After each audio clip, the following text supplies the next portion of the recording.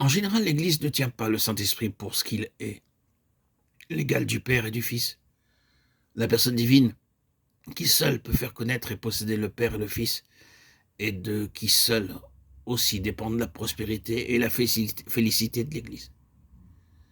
La Réformation a affranchi l'Évangile de Christ de la grave erreur qui fait dépendre le salut de la justice de l'homme.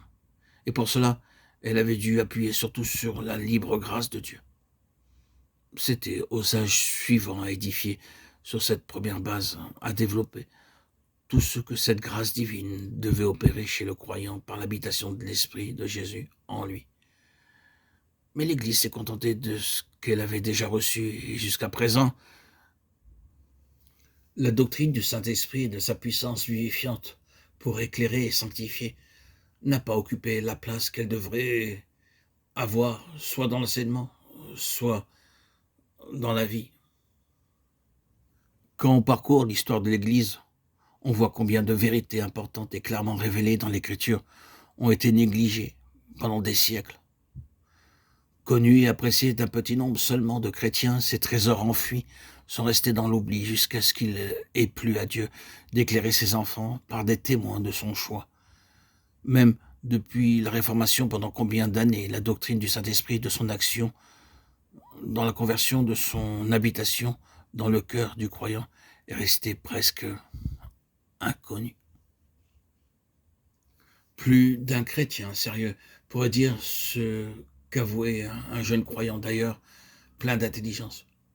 Je crois comprendre l'œuvre du Père et du Fils et m'en réjouir, mais je ne vois guère quelle place occupe l'Esprit.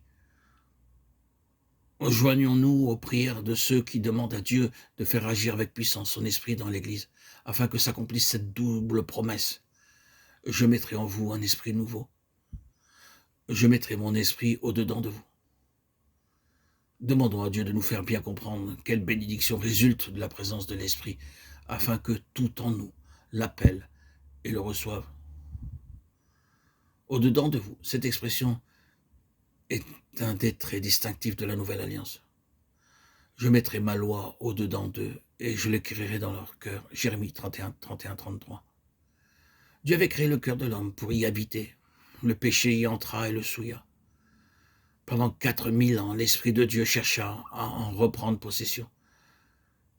Par l'incarnation de Christ et son expiation, la rédemption fut accomplie et le royaume de Dieu fut fondé. Jésus a pu dire, le royaume des cieux est proche, Matthieu 17. Le royaume de Dieu est à vous, Luc 6, 20.